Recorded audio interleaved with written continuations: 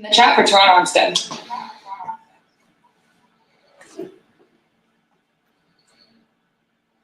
First one's from Amy Just. Yeah, your teammates voted you the Ed Block Courage Award winner this year. Just everything that you've been through this season, on the field, off the field, what does that mean to you?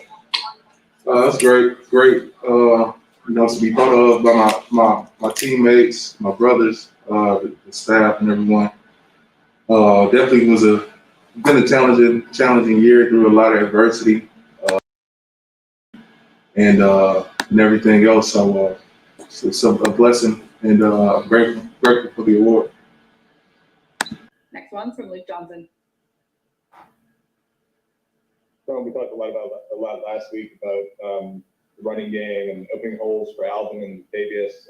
Just curious when you guys have to plug in Ty Montgomery there on short notice and he's still able to get 100 yards. How much does that mean to you guys as a unit, offensive line? Yeah, the objectives don't change up front. Objective one, always protect 9, and then secondly, open lanes and create for the runners and our playmakers. Ty is a playmaker. He's a game changer. He's got game-changing speed and ability. And that wasn't a surprise to us. It wasn't unknown to us, his abilities and what he's able to do. Next one's from Brett Martell. Hey, Teron. I know during the playoffs there's a lot of talk about, having to lock in because of the finality of a loss and how it ends the season. In this case, there's also the finality of a career maybe for Drew Brees, and I wonder if that's something that you guys think about, use as motivation, or is it healthier really not to think about all that kind of weighty stuff? Man, we got a ton of motivation. Everyone have their own individual motivators, and then collectively as a team, we're all chasing. We got one objective, one goal in mind, and that's from the very beginning, And all 32 teams set out with that goal. So no one knows Drew's future and what that holds. It's hard to predict a guy like him and make decisions for him. So we're just gonna take this thing one game at a time, try to execute our game plans to the best of our ability, and be victorious week after week. Next one's from Amos Morale. Yeah, I just wanted to ask if you felt it was an advantage that this roster has so many guys that have been to the playoffs before and played in the playoff game before. Yeah, I'm sure that playoff experience will help. Understanding the attention to detail, that week of preparation, the magnitude of when to go home. So many things can transpire during the NFL game week to week. Even more so in the playoffs, bad plays, turnovers, mistakes, mishaps. So being able to respond from those things, I think teams with more experience would have a lot less panic. Next one's from Doug Mouton. Ron, this team ran the ball 3 yards than any Sean this year. Do you sort of have the feeling in this locker room that heading into the playoffs, this is who we are at our best? We're a power running team now. Would you say that? I would say it's a huge part of what we do, and it's a huge part of our makeup. I think it opens up the entire offense when we're running it efficiently and consistently. And I think the run game, it travels week to week. You're able to produce in the run game week to week. You always got a chance. So we've had so many different scenarios in the lineup, missing offensive player of the year for most of the year, missing Hall of Fame quarterback for most of the year, or for a nice chunk of the season. So I think we've done a great job of finding ways to win each game specifically. And I think that alone carries over extremely well for the playoffs. Next one's from Mike Triplett. Teron, following up on what Brett was asking you about sort of the mentality of the team, and you obviously embraced the Super Bowl or bust mentality even back in the summer. Does that grow with a fourth straight trip to the playoffs? Does each year you miss out, does that intensity and urgency grow? I mean, only thing that matters is this year. Right now, anything in the past don't matter. Chiefs Super Bowl last year don't matter at this point. You know, they still got to go out and win and get their way back to the Super Bowl. So nothing we've done in the past matter at this point. It's all about Sunday and going out and executing and coming out with a win. Get on to the next round, locking in the next week, and try to do the same thing over and over. Next one's from Amy Just. Yeah, so obviously this season has been atypical, unprecedented, whatever word you want to use. But when you get the number 1 or the number 2 seed, you get that home field advantage. Can you create that with not having, a ton of fans? And how will you do y'all's best to create as much of a home field advantage as you can for the playoffs, since it matters so much? Yeah, not having the fans, that definitely is a big miss. Or we miss the fan. We miss the fans and the energy they bring, the disruption they bring. We miss them throughout the entire season, for sure. It would be great to pack the stadium. If all things were normal. That always gives us so much energy and momentum, and the loudest stadium in the NFL. So not having them, that definitely is a miss. But it's home. It's still home. You don't have to get on that plane. You got your routine. There's no uncertainty of the hotel, how far away from the stadium you are when you wake up in the morning, and none of that. So we play more home. We play more games in the Superdome than any other stadium. So that familiarity, I think that bodes well for us, and we got to take advantage of it. Have you gotten used to not having many fans in the stadium, or is it still weird to you? At home is weird.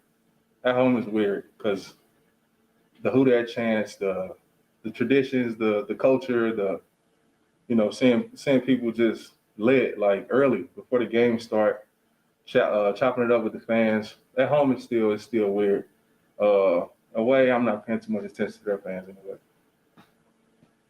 Next one's from Luke Johnson. Right. I know, taking care of your body throughout the course of a 17-week season is always key, but getting to this stretch of the playoffs, is there anything that takes on greater precedence? You try to get more sleep, drink more water, knowing that you have to be kind of at your peak as much as you can be at this time of year?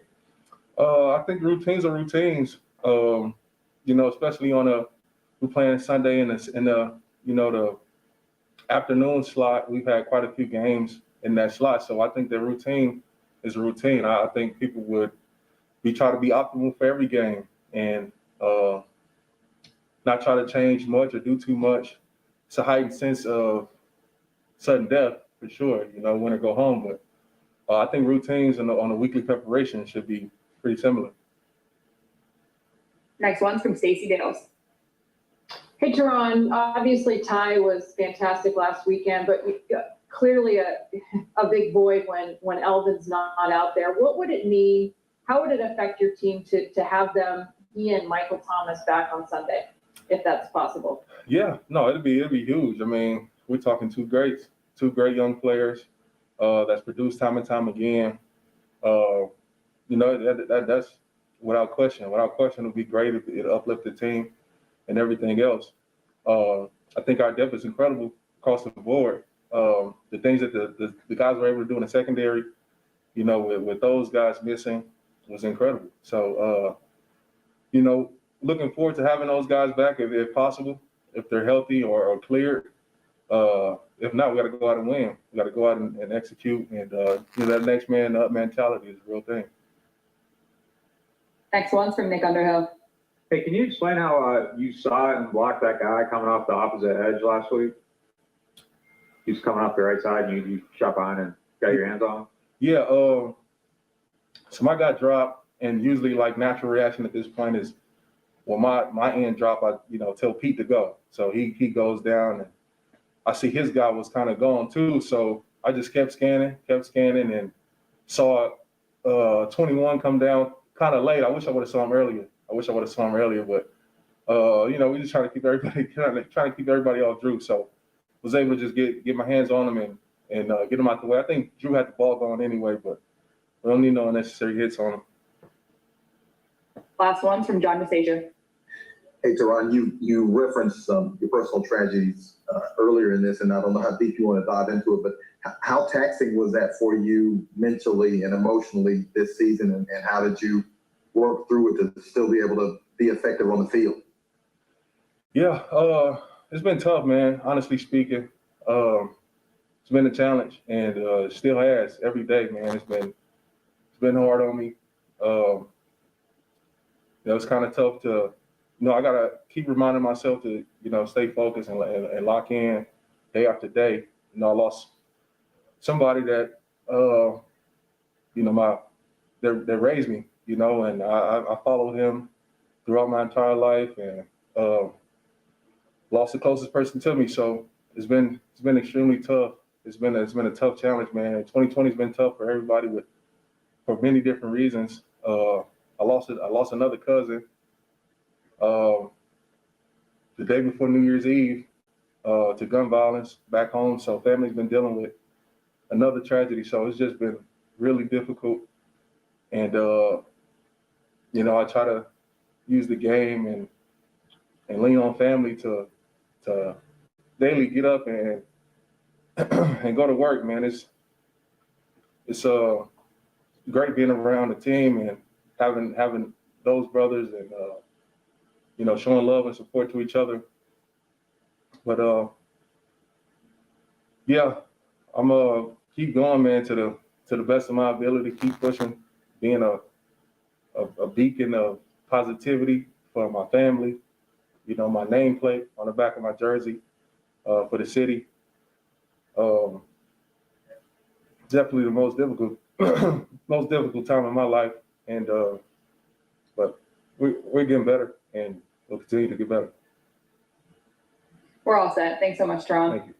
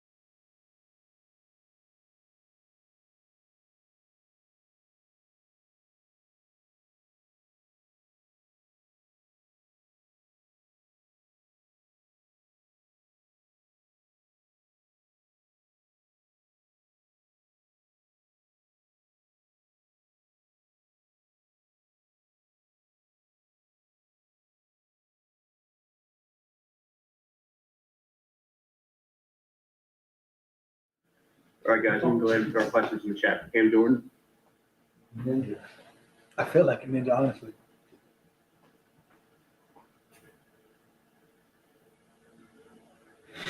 First one from Doug Mouton.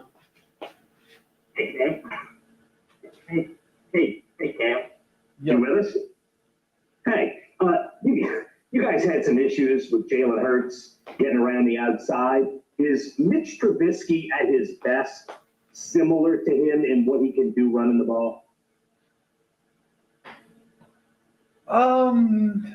I think that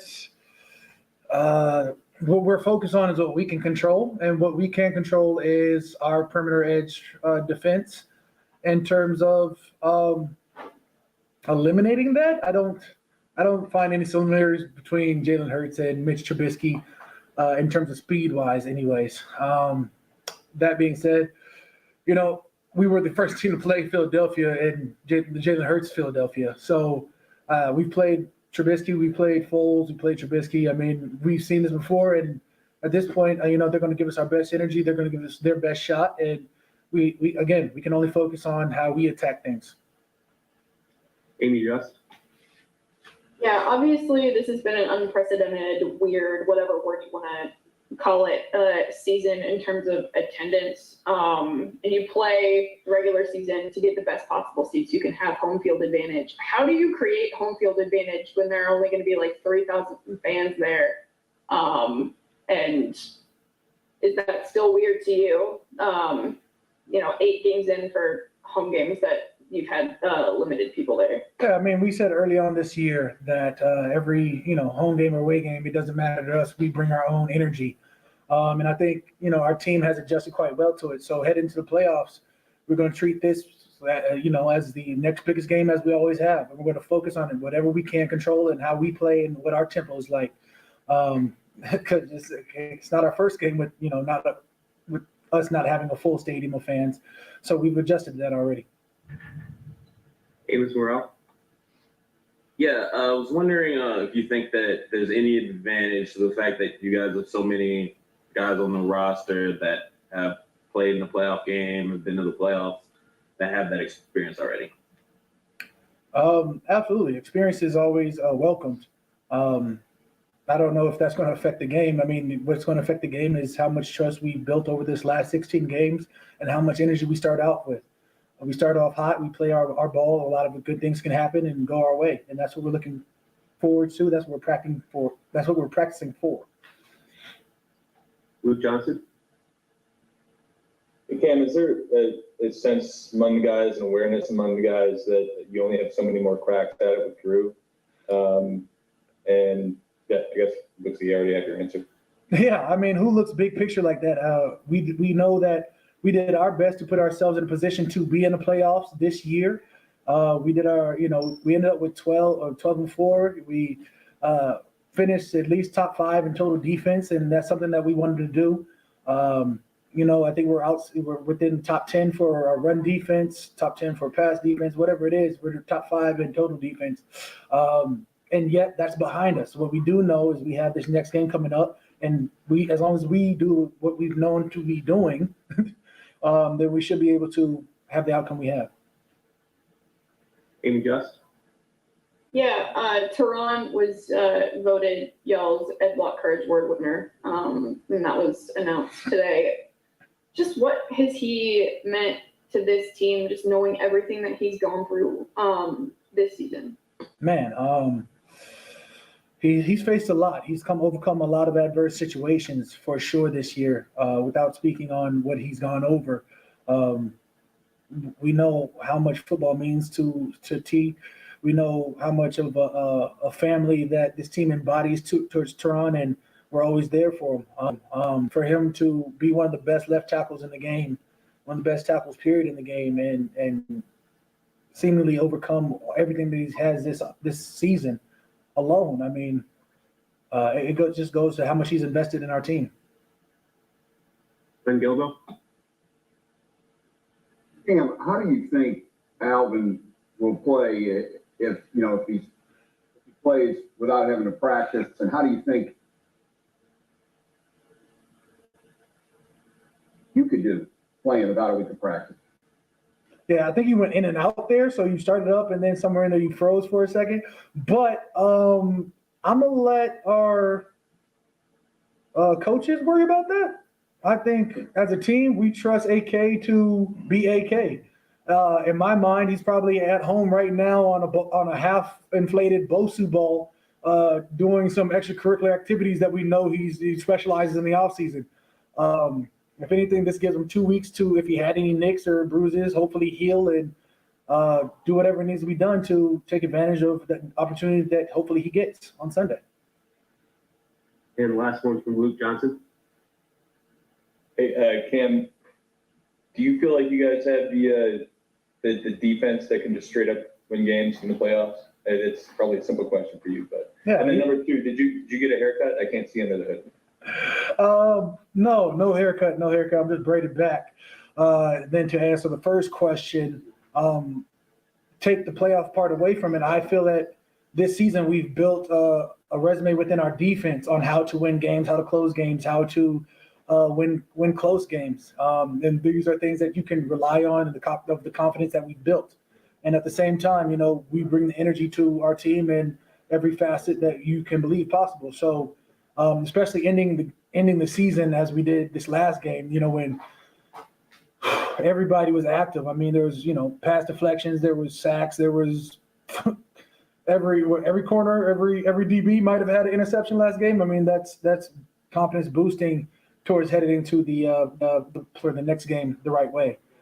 Again, we just got to continue playing our ball. We're all set. Thank you, Cam. Perfect. Who dat? Oh yeah. Merry New Year's.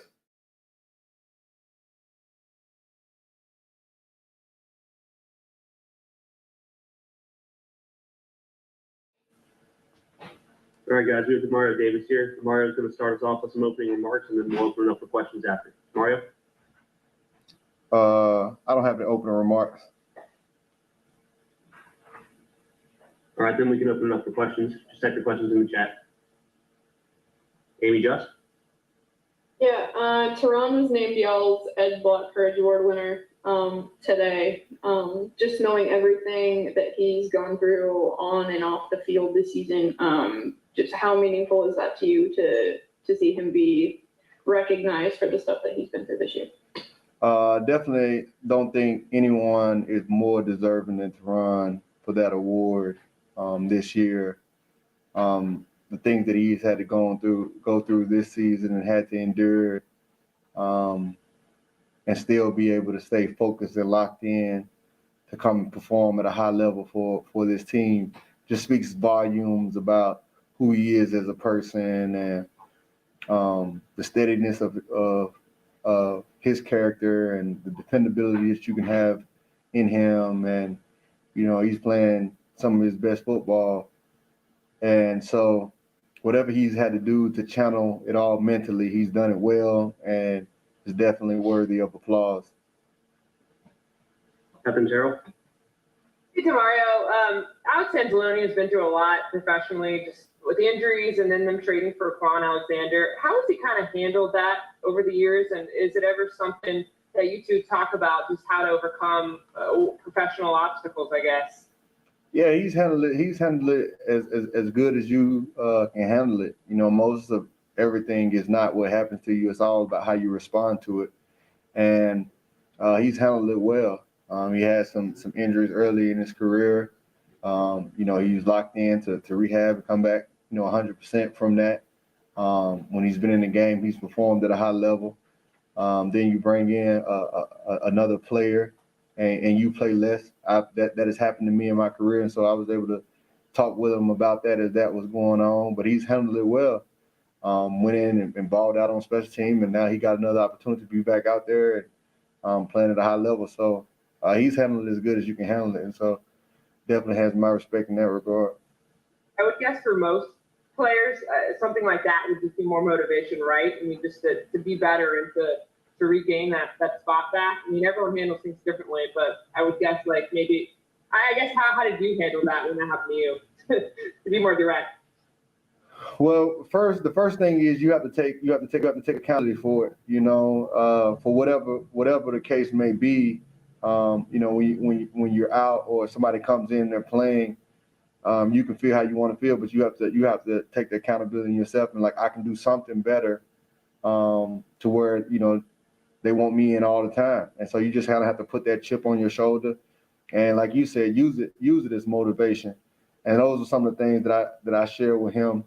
Haven't had that, and that's the part we have a veteran room in the linebacker room. It wasn't just myself, but Craig was able to talk to him, having gone through some similar things as well, and so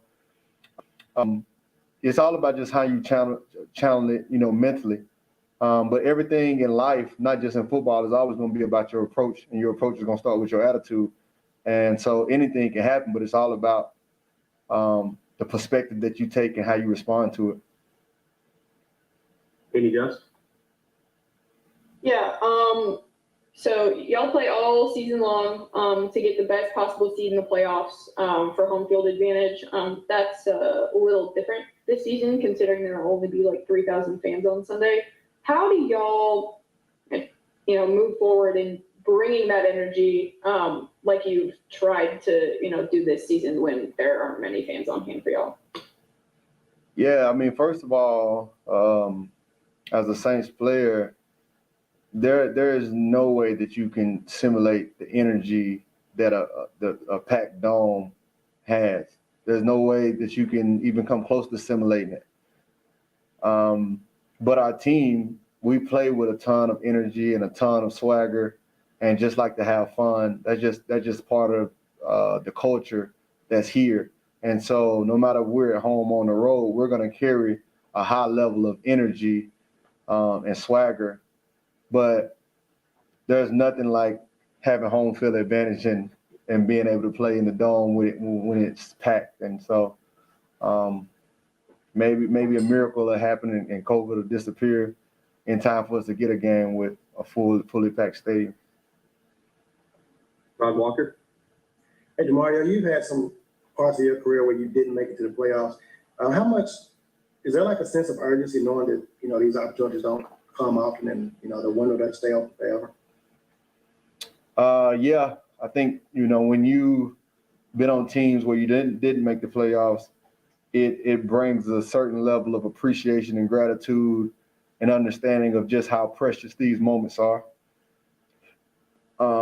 We're no longer in the regular season. We're in the playoffs. It's different. Everything about your process can pretty much stay the same, but it's just a little bit more focus that's required.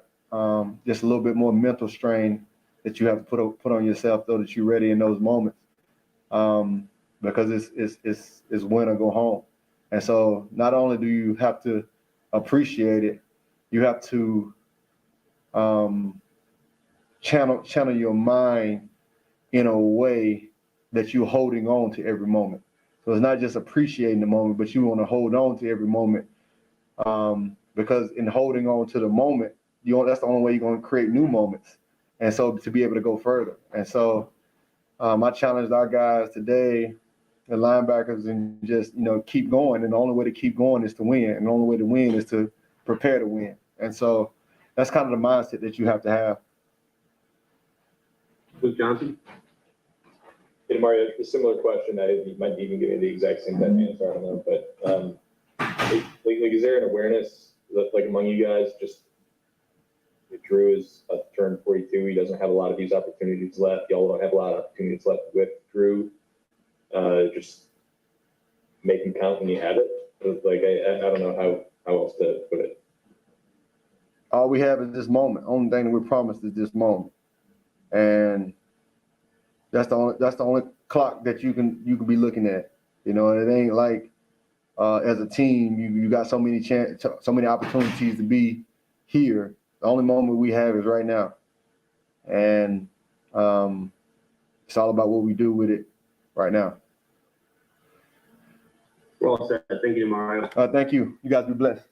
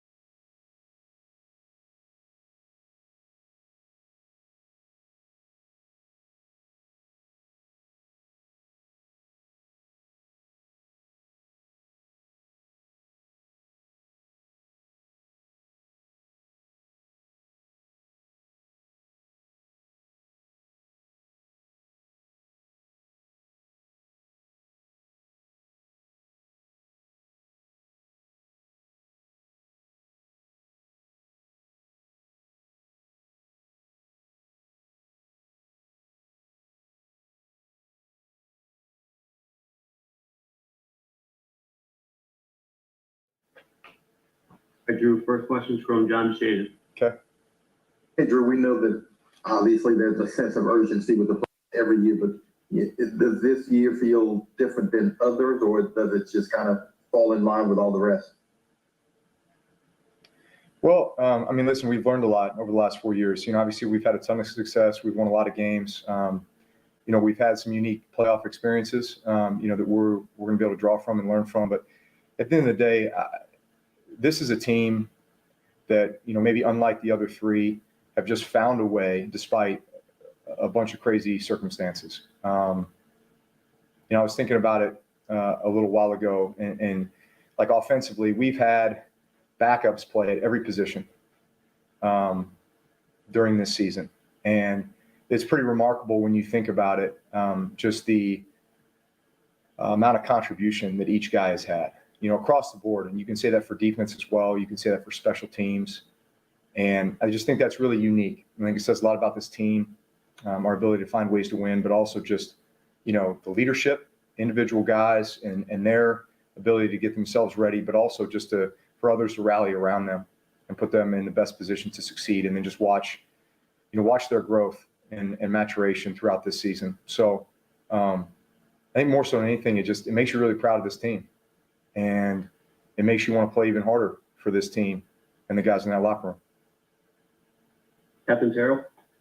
Hey, Drew, I know this was a long time ago, but I was wondering if you ever think about that 2006 NFC Championship game, and if you do, what's the memory that kind of stands out from it? You talking about which game?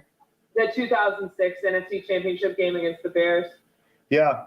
No, there's a lot of things that stand out about it. Obviously, going up to Chicago, we got down early. I believe it was 16-0, and we turned the ball over and just, played horribly. And then remember we scored right before halftime. I remember the exact play to Marcus Colston, and then we came out first drive and threw that long pass to Reggie Bush. It was kind of a short pass to Reggie, and he did a lot of the work. Taking to the house. And then we had an opportunity to kind of drove down to kick a field goal to take the lead, which obviously would have been a huge momentum shift in that game. Unfortunately, we missed over from there. But that was obviously all of our first playoff experiences here in the Sean Payton era was that year and kind of culminating into that game, which kind of capped off, what was a storybook season. Obviously, it wasn't the result we wanted to finish with, and yet I felt like it really paved the way for that 2009 championship and a lot of what we've been able to accomplish since then. Jeff Duncan? Hey, Drew, given the heightened sense of urgency now in the postseason, is there a way as a team captain and among the other team captains that you all can create some sort of responsibility among teammates in light of a bubble, for instance? Yeah. There is. To each other and to avoid these things? Listen, those conversations have been taking place for a while now. And so there absolutely is that sense of urgency. There absolutely is that sense of responsibility. And these are all conversations that we've had and everyone's on the same page. Ricardo LeCompte?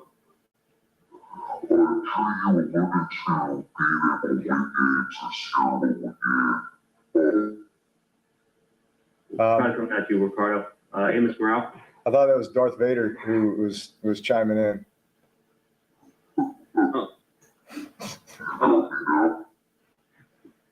All right.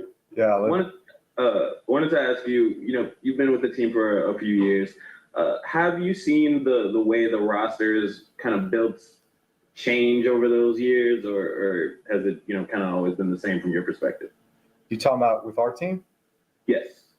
Oh man, it's the crazy thing about our game, and I was told this when I first got in, was if you play long, even though you may play, with one organization. So let's say the Saints. I played with the Saints for 15 years now.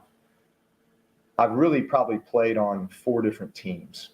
Like when you take kind of pockets of the core group of guys from 06 to 09, and then maybe from 09 to 13, and then there was like 14, 15, 16 that kind of lived on its own, and now 17 to 2020. Those are really 4 totally different teams, units, groups, cultures. So Yeah, I've seen, I mean, there's always tons of turnover in this league. I would actually say that our team is probably one of those teams that has experienced the least bit of turnovers at the core positions, ever since I've been here. It's rare that, for example, playing with that group of receivers from, call it 07 to 13, Marcus Colston, Devery Henderson, Lance Moore, Robert Meacham, like having that consistency, having the consistency on the offensive line that we had, during that stretch of time. And then, over the last, 4 years or so as well. So yeah, there's something that's been unique, I think, about some of the core leaders, core group within our locker room here. And yet still, it's just the nature of our business. And that is a lot of turnover. Luke Johnson. Hey, Drew, is there a sense for you at all when you're going through this now in this season at your age that you just you aren't going to have many opportunities left, whether it's this year, next year, 2 years from now? You know what? Honestly, I have played the last 4 seasons in a row as if it was my last. So as I sit here right now, my approach is very much the same. Mike Triplett. Drew, have you already privately made a decision on whether this is your last season? I've made a decision about being the best I can be this week so we can go win this game so we can keep playing. Also, when you talk about how good the replacements have gone, how curious are you to see what this offense looks like if it's you and Michael Thomas and Alvin Kamara out there, only 10 quarters all season with all of you guys together? Yeah, that's hard to believe. And again, a testament to our team and all the guys that have stepped up and played such a pivotal role here. So at the end of the day, whoever's out there, there's a level of expectation to the preparation throughout the week that puts us in a position to go out and execute and be successful on Sundays. I'm excited to have Mike back. Excited for Alvin, with what he's gone through recently, and just for our whole squad. Listen, we need a great week of prep, though. We need a great week of prep so we can go out and execute on Sunday. Let's move on. Hey, Drew, this offense this year, as good as you guys have run it, best rushing numbers of the 15 years Sean Payton's been here. Is that an offense that's sort of made for the playoffs where you can run it well? It's weatherproof, that kind of thing. Is running the ball like that good going into it? Listen, I think anybody would tell you that, the best teams can run the football and play great defense. Those are kind of the two core things that you look at with any team that has staying power, that has, the ability to, play anywhere, anytime, and overcome anything, and sustain. So, yeah, that's a good formula. Amy Just? So y'all play all regular season long to get the best possible seeds. You can have home field advantage. But this season, that home field advantage looks a little different since there can only be 3,000 fans at the game on Sunday. Yeah. How can y'all create as much of home field advantage as possible, just knowing that the dome won't be anything close to what it's like normally for the playoffs? I'll be honest, it's not even a discussion. It's our team against their team, whatever the environment is. It's kind of the way it's been the entire season. It's just been one of those weird seasons. I think we've all adjusted accordingly, and you just go out there and think about execution. Doesn't matter where you're playing or even who you're playing, honestly. You focus on your job, your business, being your best, executing your plan, and let the chips fall where they may. Is it still weird for you, though, or have you gotten used to it? Yeah, no, it's weird. Listen, we'd love to get the Who Dat chant going before the game. We'd love to hear the crowd getting crazy, everything else. But we just worry about what we can control. Glenn Gilbo? Drew, what's the least amount of on-field practice you've ever had and played in a game? And how do you think Alvin will do with Alvin? Well, listen, everybody has their own formula, and I would say that I think Alvin's going to be just fine. I think it's something all of us have had to deal with in some way, whether it be an injury or whatever the absence is,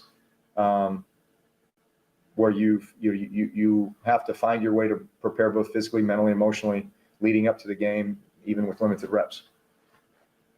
Was there a game that you played that you hardly had any practice? Yeah, there's been a couple of them this year, actually. where, maybe just get a few throws on Friday and none on Saturday, and you go out and play Sunday. Got time for one more from Brett Martell. Hey, Drew, I don't know if you remember, a long time ago, Denver won the Super Bowl and Pat Bowlen did this one for John and handed him the trophy. And I just wonder how you want to be seen by your teammates and at this stage. I know you can always say, well, we're just thinking about the team this week, but you guys have personal relationships and Yeah. it's got to be weighing on them somehow. How do you want them to see you as a motivating force? Well, all I know is this: I didn't come back to play this season for myself. I came back for my team. I came back for the city. I came back for the organization. That's why I'm here. All right, we're all set. Thank you, Drew. All right, guys. Thank you.